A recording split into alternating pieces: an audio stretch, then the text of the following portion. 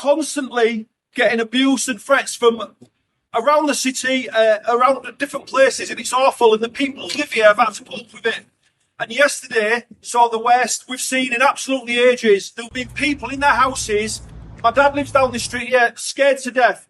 And what you lot have done today about coming out will make a massive difference. Now, sadly, most of the waste has been cleaned up by fantastic council staff. Hey!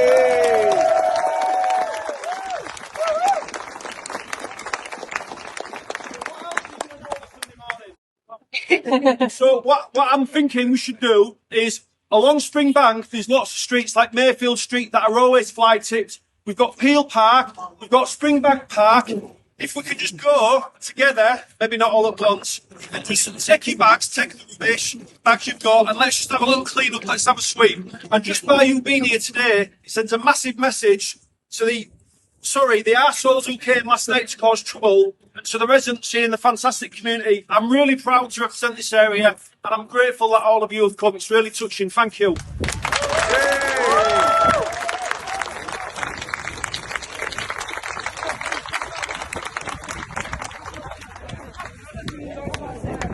Hello.